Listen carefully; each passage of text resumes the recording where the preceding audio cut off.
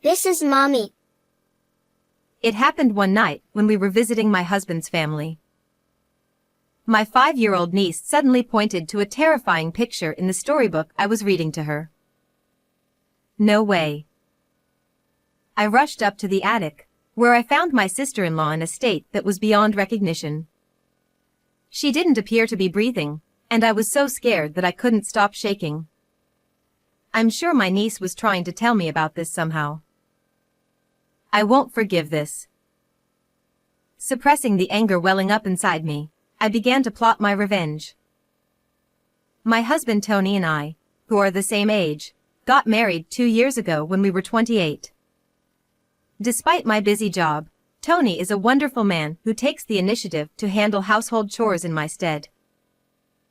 I want to support you, Kate, because you work to help those in need. I was very grateful to him for that. Because of our busy lives, we didn't have any children yet, though we both love kids and hope to have one soon. We were hoping for the right time, but it never seemed to come. Let's take our time and not rush. Yes, but I can't help but want a cute little girl like Rachel. I agree with you. Rachel is Tony's brother's daughter, our adorable 5-year-old niece. Tony's brother Kevin took over the family farm and lived with his wife Beth, Rachel, and his parents in a rural town far from us. We could only visit to help with the farm during Easter holiday and stay for a few days during summer and Christmas holidays. Kevin's family was busy managing the farm and coordinating crops with nearby farms, so our visits were just long enough. Kevin and his wife were friendly, and his parents were kind, so I always looked forward to going back. Most of all, Rachel eagerly awaited our visits. Beth and I were close in age and got along well. As an only child, she was like a real sister to me, and we kept in constant contact. Tony, look. Beth sent another picture of Rachel. She's so cute. Oh, really? Send it to me too. We always shared such moments. Whenever we had video calls, Tony and I would compete for the phone. But at some point, Beth stopped replying to my messages. Worried, I ran to Tony as soon as he got home from work. Beth isn't replying. Do you think something happened? Maybe she's just busy. It's harvest season, after all. I hope so. It's the first time this has happened, so I can't help but worry. Though Tony initially didn't think much of it, he quickly called his brother when he saw my concerned face. Kevin told us that Beth was sick and bedridden. Worried, I asked Tony to let me speak to Kevin directly. Is Beth okay? What are her symptoms? I bombarded him with questions out of concern for her. Kevin sighed deeply on the other end of the line. You know, it's not really appropriate to pry into other people's families. Just leave it alone. He didn't answer my questions and abruptly ended the call. What happened to Kevin?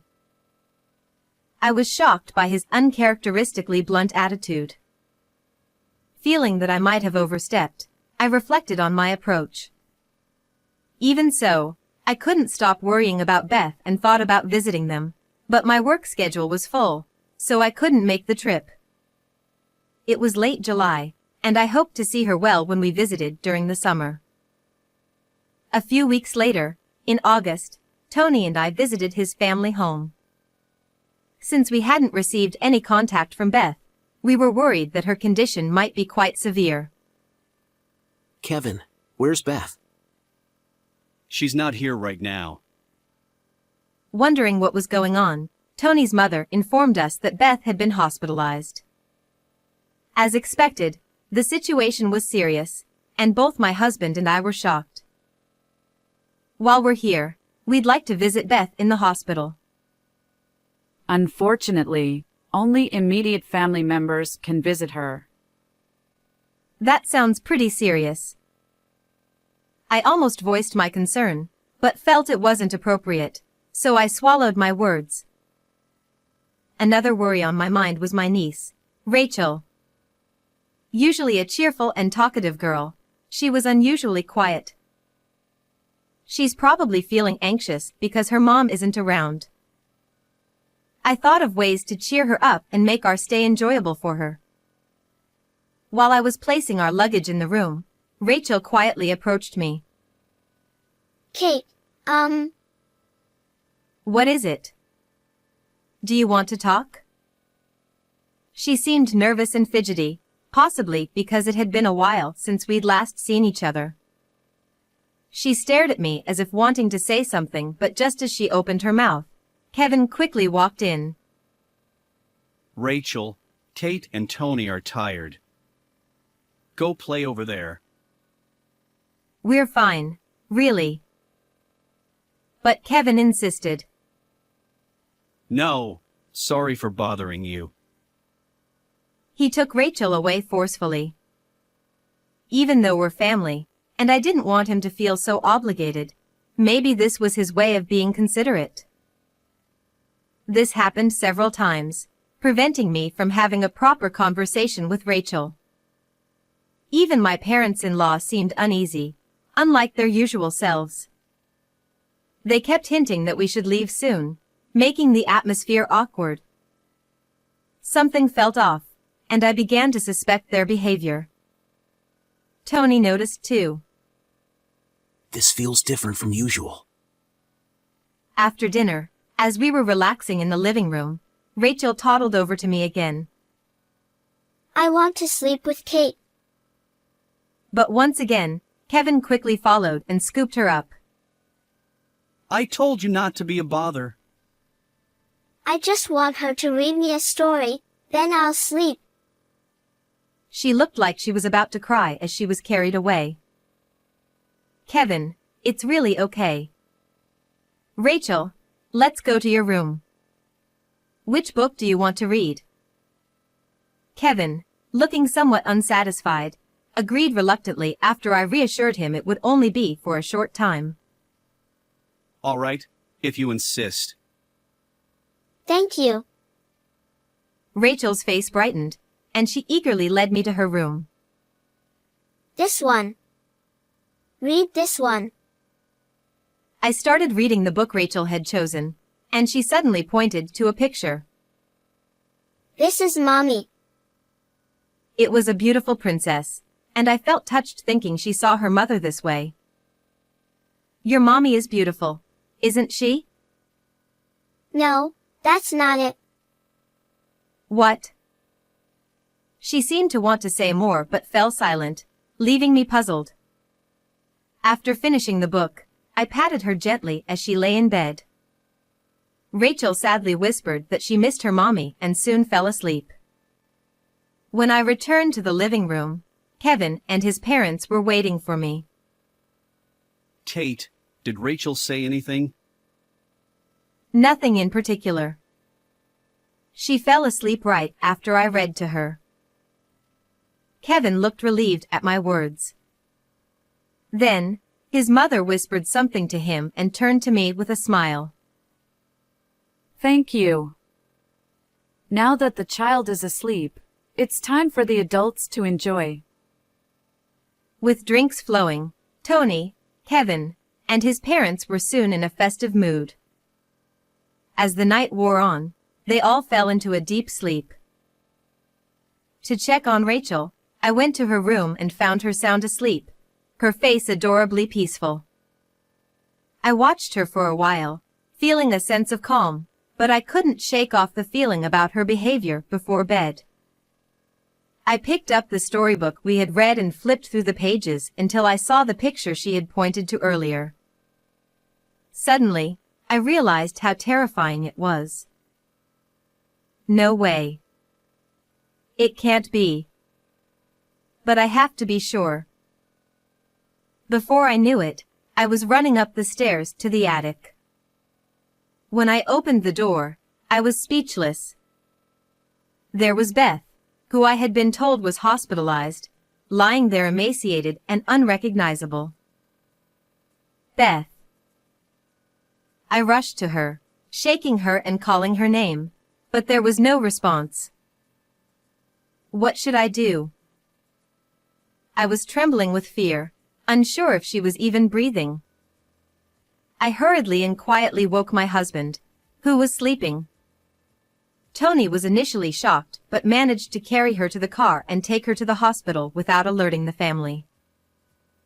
At the hospital, the doctor muttered, "Let's hope she makes it." Hearing this, I couldn't stop shaking with anger and sadness. There's no doubt Kevin and his parents are involved in Beth's condition. The anxious behavior since our arrival made sense now. I decided to gather evidence so they couldn't escape responsibility. The next morning, I'd like to take Rachel to the new shopping mall. How about everyone coming along? Tony suggested during breakfast. Rachel eagerly agreed, but the others were less enthusiastic. Kevin and his parents exchanged glances and seemed to communicate silently. You two take Rachel. We'll stay.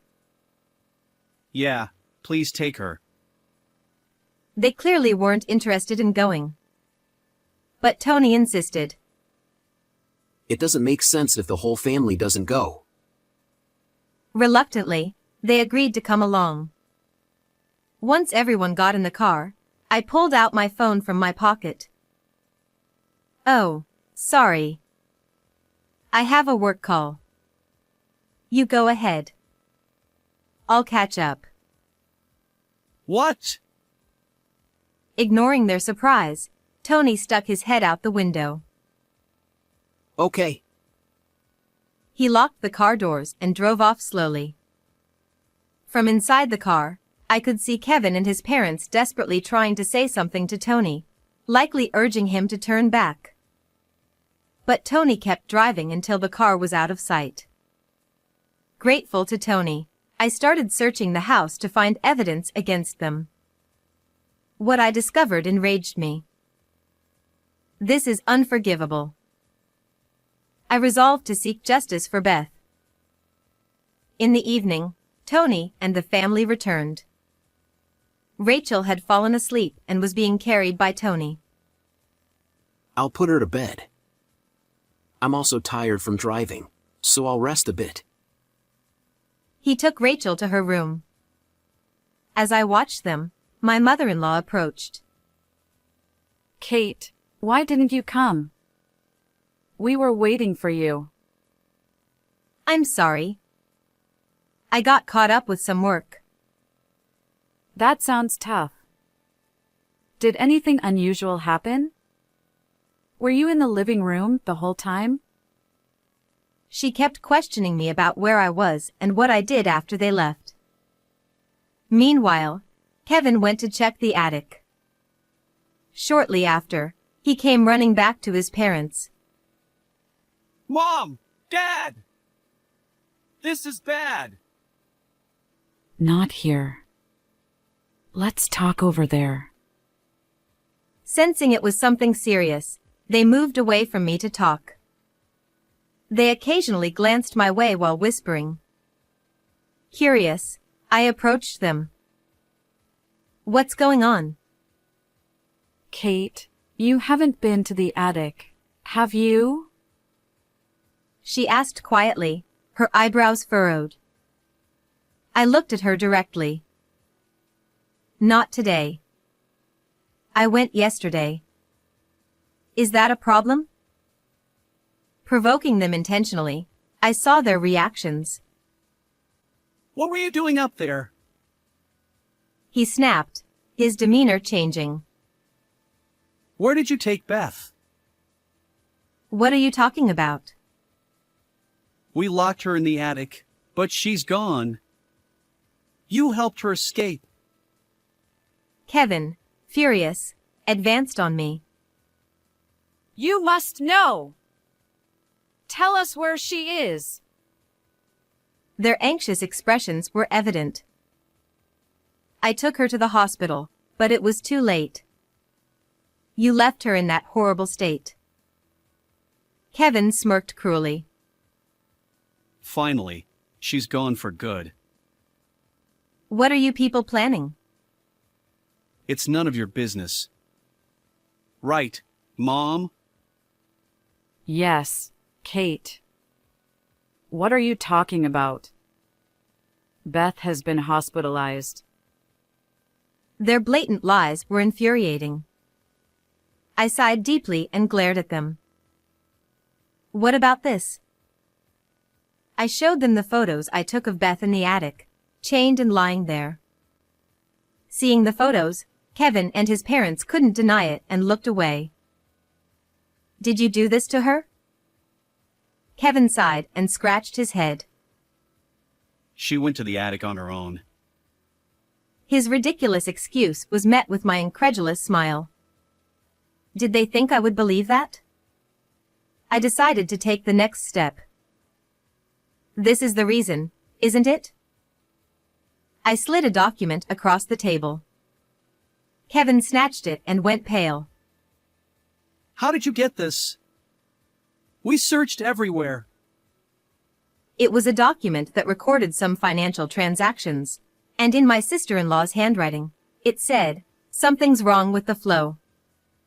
Where did this discrepancy go? I found it hidden in Rachel's bookshelf during my search. Let me ask differently. This is evidence of your fraud, right? Kevin crumpled the document and took it to the kitchen. He turned on the stove and burned it. Too bad. Now there's no evidence. He mocked me, waving his hands dismissively. After that, he came back, leaned on the table with his elbows, and looked at me with a smug expression, as if he wanted to say, "I did it." Beth found out about our scheme, so we had to silence her. Feeling assured without evidence, Kevin boasted about their scam. They had been buying crops cheaply and selling them at a higher price, pocketing the difference. When Beth discovered this, she confronted them. Beth couldn't ignore it once she knew. We told her to keep quiet, but she wouldn't listen. So you locked her in the attic to silence her? I was shocked by their actions and reasoning. As I listened, they vilified Beth, claiming they were justified. I was appalled. Mother-in-law signaled to Kevin. But searching the house is rather rude. City girls have no manners. Since you know, you're going to the attic too. He lunged at me, but Tony burst through the door. Kevin! Stop! He rushed to my side. Don't interfere! We're protecting our livelihood. You were born and raised here, so you should understand. Kevin, who tries to forcefully do something to me, and my husband, who desperately tries to protect me. Tony grabbed Kevin by the collar. Enough! Actually, I had already informed Tony about everything I had discovered via message. So after they returned, he pretended to rest until the three of them showed their true colors. It's too late. We're already preparing to sue you. What? At my words, Kevin, who had been grappling with Tony, loosened his grip. The document you just saw was a copy. The original is safely stored, and I have digital backups too, so it's pointless to destroy it. You cunning little... You're one to talk. Oh, and look at these. I laid out several photos in front of him. They showed Kevin and his parents living it up at expensive restaurants and hotels. What? This is just us having family meals or trips, right? Sure, if that's all there was. But what about this? I flashed another paper under his nose. Receipts? Yes, and that's a problem, isn't it? The receipts were labeled as business entertainment expenses, billed to the agricultural corporation they formed with neighboring farmers. Beth found these. It's clear misuse of funds. Damn it! Kevin slammed his fist on the table, visibly angry. I felt a surge of anger thinking about Tony's feelings, knowing his brother's deceit. I told them that the neighboring farmers were already aware, and we'd have a formal discussion soon. I've been appointed to handle it. You don't stand a chance. I smiled and flashed my lawyer's badge. My profession was no secret to the family, which is probably why they locked Beth away, fearing she might tell me. Kate, please don't do this. We're family. Yeah, let's keep a good relationship going. Even my father-in-law pleaded. Kate, please! But I couldn't ignore their wrongdoing. They then asked why I went to the attic. Rachel told me. That kid. I told her not to say anything. She didn't say anything direct. She just gave me a hint. What nonsense are you talking about? They must have threatened Rachel, telling her she'd never see her mom again if she spoke out. Rachel kept her promise. But she wanted to help her mom. Using a storybook, Rachel had tried to alert me. The picture she pointed to depicted a princess trapped by a demon in an attic. I admired her cleverness for a 5-year-old. I explained this to them, and they fell silent. I then showed them a video on my phone. It was Beth, testifying from her hospital bed. What? How? I thought she was dead. They were stunned. Beth had been gravely ill when we brought her to the hospital, but the doctors saved her. She told me everything and asked for justice. We didn't feed her. How did she survive? Father-in-law and mother-in-law echoed his disbelief. Rachel played a big part. That brat again. Rachel had been sneaking food and water to her mother. Her compassion and intelligence were remarkable. I had no idea. They were at a loss for words. Watch the rest of the video. In it, Beth firmly stated her intention to file charges and divorce Kevin. Kate, you're a lawyer. Can't you work something out? We're family. Yes. Please tell Beth that suing us is pointless. Their begging was pathetic. Tony looked heartbroken. I'll handle this case too. Prepare yourselves. When I said that and pushed them away, they muttered, "No way," and hung their heads right there. Later, the family was sued by the neighboring farmers. They agreed to repay the difference in sales revenue in a lump sum. Beth filed charges against them for her treatment, and they faced legal consequences. They had to pay $50,000 in damages and medical expenses, and Beth got a divorce. Naturally, she got custody of Rachel and was awarded $80,000 in child support. Kevin and his parents sold their property to pay, losing everything.